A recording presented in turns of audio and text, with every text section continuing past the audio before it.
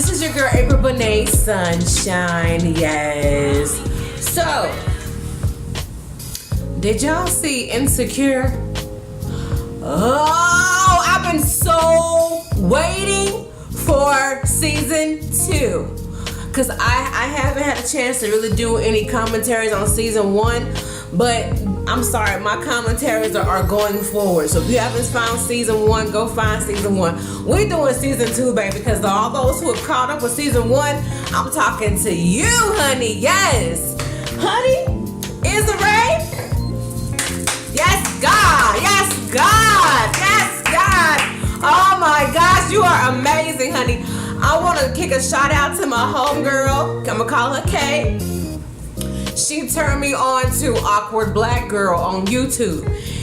And after I saw Awkward Black Girl, I was like, yes, when I found out you were getting your own series, girl, I am so happy and so proud of you. You may not ever see this video, but honey, yes, God. Yes, God. Okay, let's get right into it, y'all. Okay.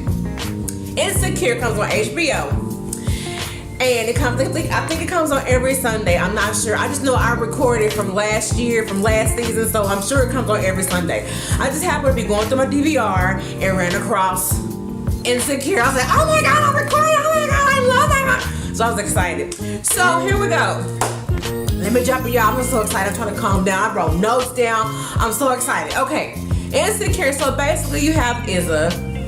Issa basically got with an ex-boyfriend and pretty much messed up her relationship. She was sabotaging the relationship anyway, okay? Because they were living together and he wasn't, I don't know if, he didn't have a job, he wasn't working. So she's, she's at a plateau where she's holding down everything by herself and she's like, okay, what are you here for? He was just having a rough patch. So she didn't appreciate him anymore. She didn't appreciate, the fact that he wasn't contributing anymore. And so it started making her fall out of love with him or whatever. She runs across an ex-boyfriend. I'm talking about season 1. I said I was gonna go right into season 2. See, somebody said, no, I'm gonna jump. You know what, y'all? If you already know season 1, okay. Season 2, I'm so sorry. Season 2. So Issa Rae is dating now. Okay? She's on all different personal ads, personal websites. Yeah. Good luck with that, boo. But anyway, you see at the beginning of the episode, she is like, I'm not feeling this. Why am I here? I'd rather be trying to make amends with my ex-boyfriend. And while she doing all that, he is like with some other chick, just like, knocking boots. They knocking boots. And it's like, man, he's like, I'm doing me. You know what I'm saying? And no girl, she's cute. She's cute. She got a nice little old, Malaysian, deep wave. I just hadn't curled mine. But hers is curl, nice little U-part. New U-part wig. She's cute, Anyway, so I don't know her best friend's name, but I love the chemistry between Issa and her best friend. They have this code word when they're getting ready to be real, like, I'm no tea, no shade, I'm getting ready to throw something at you, so be ready. And their code word is Malibu. That means I'm gonna be straight up honest with you, I'm gonna be straight real. And I love that about, real girlfriends, real bestie boos. I call them bestie boos. Me and my homegirls, we call each other bestie boos. When you have a bestie boo, you have that person that's not only just, your friend, but they're also an accountability partner. And those are so important to have. So I love that they have that connection. But anyway, so one particular quote that Bestie Boo gave out to Issa that just stood out from the rest. I'm trying to get my notes, y'all. I gotta secure this, man. It says, Bestie Boo, because she's doing therapy in the process, she was like, guys always want you back when you are doing good without them. I was like, bam! She's hitting the nail on the head. That is so true. And the same thing when it goes for, for guys. You break up and then y'all, ex-girlfriend calling you because she said you doing good without her. Like, oh, okay, hold up, So this is always that you never miss your well to the water run dry situation, what you're trying to say. So, this particular episode, of course, Issa works for a nonprofit organization where she works with the inner city youth or whatever, and they have after school programs to help the youth or whatever, urban cities or whatever.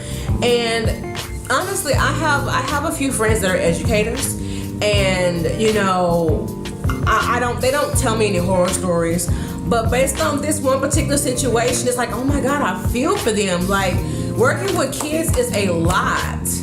It is a lot. And so I love how this show really, really shows what goes on in the school system and how it needs to change. It's like teachers don't even know what they're doing, and it's because of the pressure that the curriculum and the districts put on them. It's like they're not really there for the kids. It's about the almighty dollar.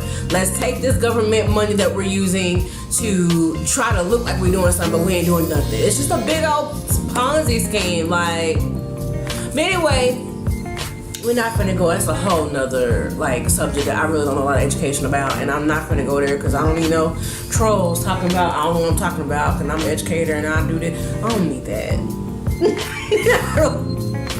I don't need that. Sip means you move forward. Okay, moving forward. So yeah, I really love how they show that side of it, and how they're trying to really connect with these youth and the kids or whatever, and it's just extra. And so anyway, Issa gets mail, okay, because her ex-boyfriend has moved out already, and he still gets his mail. So she gets an actual jury duty notice from the city, and she's excited because she gets to call him and say, come get your mail. Hey, come get your mail. So she's excited that she's calling him to get his mail because she wants to see him. She misses him. She wants to get back with him. Well, basically because she cheated. If those who hadn't seen him, just gonna go ahead and say she cheated on him with an ex-dude that she we used to talk to or whatever. Anyway, but he hasn't come in the picture. I wonder when he gonna show up. Okay. So she basically gets the mail, calls him, and he was like, okay, I'll roll through tomorrow. So she takes the advice Bestie Boo gave her, which was, guys really don't want you till they see you doing good without them. So she decides to throw she calls it a meltdown, where they all get together, watch a movie, and everybody bring a wine or whatever, and they just sit and watch their favorite show or whatever, kind of binge watch. Well, she said, do make it a +1. So everybody bring like a guy or somebody single to the party or whatever. And it's so cool because they're having this blast. But she threw this party because she knew that Lawrence, her ex, was coming by to bring the mail. She wanted to show him that she was good. She throwing a party, she having a good time or whatever.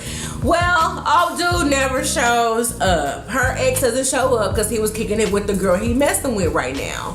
The one with the U part. Yeah, her. Yeah, her. And so she's like devastated because he doesn't show up, and then her party, instead of the +1 party, becomes this big old gangster party. You got some bloods in there, and they crip walking, and there's just a lot going on. And so her party became a little small intimate facade into this big old pajama, jammy jam turn up, which she wasn't looking forward to. Next thing, they started smoking weed and doing extra. Next thing her trash can is on fire. Everybody clears out the apartment. So so she finally puts the fire out of her trash can, and she was like, I went through all of this for this dude and he didn't even show up. What the heck? But that was your fault, Issa. Nobody told you to put a party up. You could have just, that was so unnecessary. She went above and beyond to try to prove to him that she was good. He never even showed up. But I love how this particular episode shows how, how a breakup is. That's how it goes, because you still you miss each other. He misses Issa, but he was hurt, and he doesn't want to show that it's okay for her to continue to hurt him. So he's living with some dude or whatever, one of his friends, and his friend ready for him to go. And old girl that he's seeing, that's not Issa. With U-Part, I'm gonna call her U-Part. I don't know her name. Her name is U-Part. U-Part wig. She's really cool. She's a really cool chick, but she's just not Issa. Even though, you're still learning the characters, but that's basically how it's portrayed to me. She's a cool chick. She got a job. She has her own place. She has a good head on her shoulders. She's fun. The sex is great. they go hang out, they kick it, but she's not Issa. Because when she tries to make plans and do stuff with him, he's like, and he ain't got nothing to do. He ain't got nothing to do. He ain't been looking for no place. He ain't nothing to do. But you know, you don't want to get too attached when you in between breakups. So in between, you know what I'm talking about. Between breakups. You know, break up with two people same time. I don't know. But anyway, so all right. So let me bring it back a little bit. So I really love how this show really brushes on the racism and the bigotry that goes on in corporate America. Like, okay, case in point, Izza's bestie. Izza's bestie is a lawyer. She's awesome. You know, she's a lawyer. I mean, she's making good money. She's very prestigious. She holds her own. And, you know, she accidentally got the wrong paycheck stub. And it was from one of her colleagues, one of another lawyer there. And his name is Travis. He's a Caucasian guy.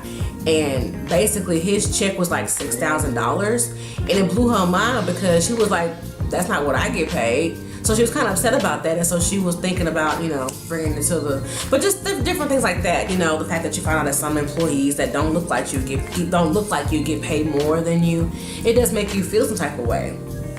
You know, and of course that's one of the biggest rules that they have in corporate America. No one discusses each other's pay. Well, I know why, because you don't want me to know that you're paying somebody else more.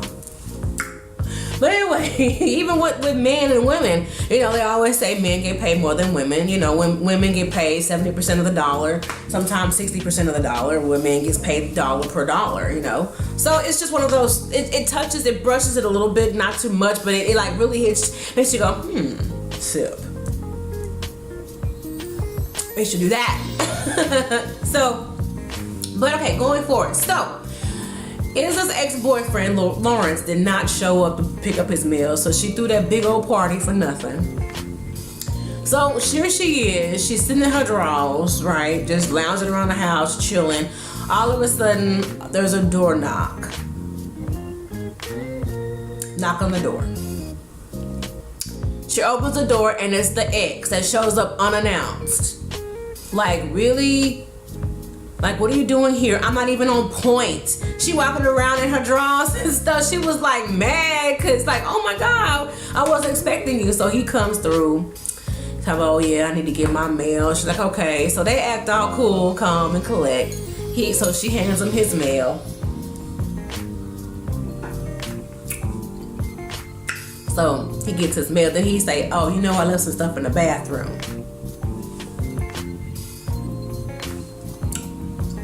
You left something in the bathroom? So she's like, okay, you know, come get it.